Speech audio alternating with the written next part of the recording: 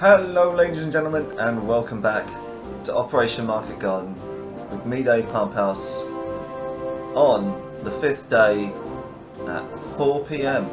Maybe you'd like to have a little bit of an update as to how things are doing with the paratroopers. We haven't talked about them for about a day and a half. So, yesterday, after England got into the final of the European Cup, we got home. We were a little bit tipsy, to say the least, and we saw that some people were online having a conference call, so we hopped on with Montgomery and Horrocks, and well, Horrocks isn't too best pleased, but we'll get to that in a minute. We had a chat, and it is understood that the 82nd Airborne is in a position something akin to this, but holding firm. I saw in the General Communications chat for the Allies that this guy thinks that he could probably hold out in this position for about a week.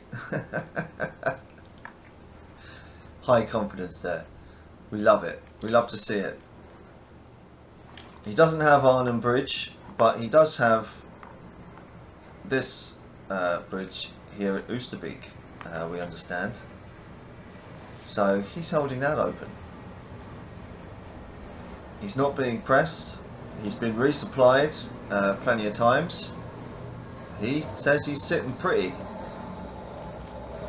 Not sure exactly what he's facing because, well, you know, I didn't pay too much attention to that, but we know he's in a pocket, something akin to this. Further south, here at Nijmegen, we know that the Poles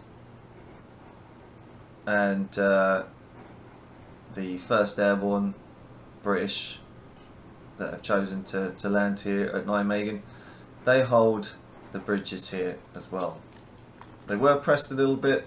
I think there was some fighting over here at Groesbeek. Again, I didn't really pay too much attention. I think someone did say that oh, there's a beak there as well. There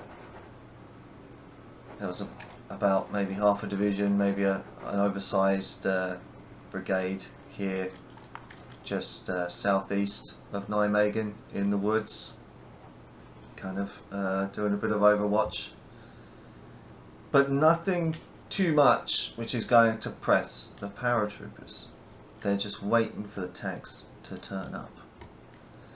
As we go further south, we have talked about how the 43rd has picked up some supplies. He's crossed Moot Bridge. He's within touching distance, but whatever's here is blocking his way at the moment. We know that Grave Bridge is intact and held by British paratroopers. It's probably about a brigade sized unit here at Eschharan, just chilling out again.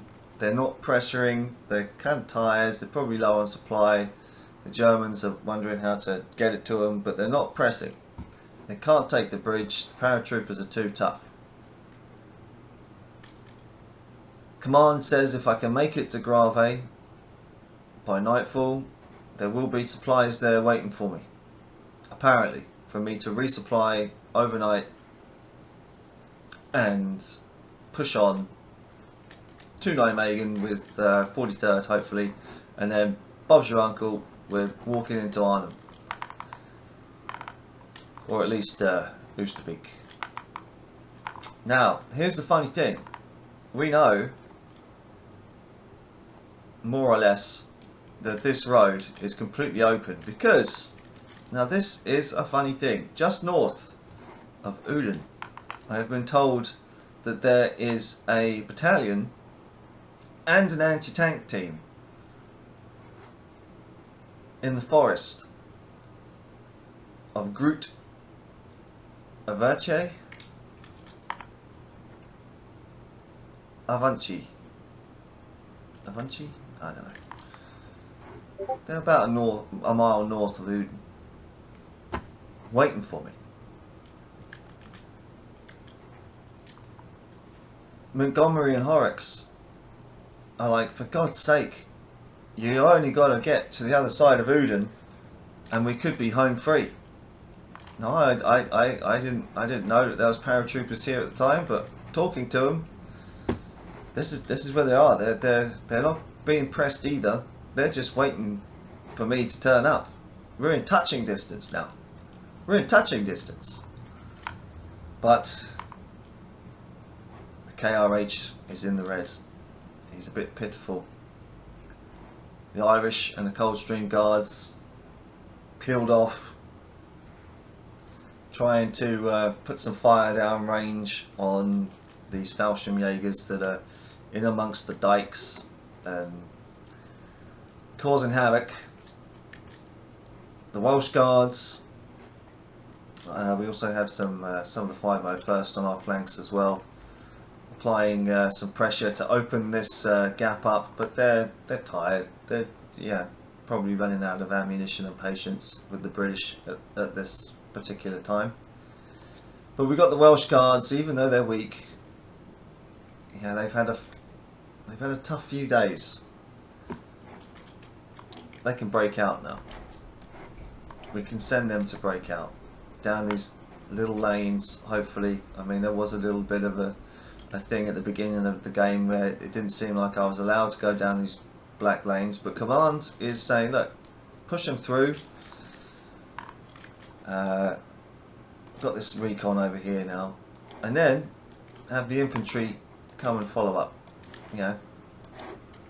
600 guys jumping off the trucks.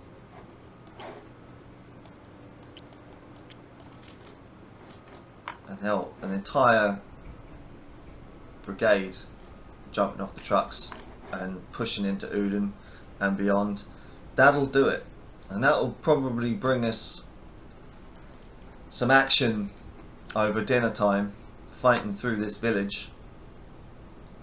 But we got to do it. We got to commit everything we have to this push, because according to command, and we have no reason to doubt, not really, from what they're telling us, if we make it this mile and a half to this forest, there's nothing really, unless we run into trouble here at Escharon, to stop us overnight getting to Nijmegen and beyond.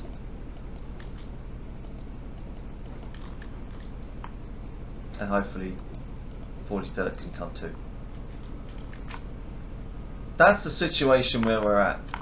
This is what my division is looking like. It's been a slog, and it's now up to the dice gods if we get there. We've done our best. It's been some nail-biting times for sure, but we have some good news in the fact that we are in touching distance now. The holy touching distance of reaching some paratroopers, and oddly enough they are American paratroopers. I think maybe there was a drop zone around here somewhere. But that's what we're dealing with, guys. That's what we're dealing with. Poor old 43rd. He's over here. And you know what? Funny story. It's not with the 50th, but apparently there's a new ish division called, and they're called the 53rd. The 53rd Division. And they're around Middlebeers, I think, because there was apparently a swing out here by German forces, to try and counter-attack and maybe disrupt our supply lines a little bit. So a commander was needed to be sought for the day's actions where that's happening. He says he's crushed them. What's also going on is that we have a corps here. I think it was 12th Corps. So like 12th Corps. I could be wrong. It's probably going to be incorrect, but we'll just call it. We'll just call it the 12th for now. Apparently they can go all the way up to Tilburg. I think we already have Tilburg now, apparently. And Command also reckons that they can get, by tomorrow, to Hertogenbosch. And that will cut off all these Germans on the line here. They'll get bagged in what can only be hoped as a big encirclement, because they, I mean, they might have they do have a couple of bridges up here, most likely, but we'll probably bag a good few, especially if we take Hertogenbosch, and then, you guessed it, he wants them to come this way as well. So, little NPC corps that was out on the wing here, that's what they've been asked to do as well. I'm a little bit more confident, and maybe you might even hear it in my voice. So hopefully we can get it done, and maybe by next video or two we can put this down as a fantastic victory, although dreadfully hard fought. So fingers crossed. We'll see what happens. We'll see if these tanks with the infantry support and the Welsh Guards coming up, a bit of mixed arms combat will give us the pluses that we need, and we'll be able to push through and hell, Grave by nightfall.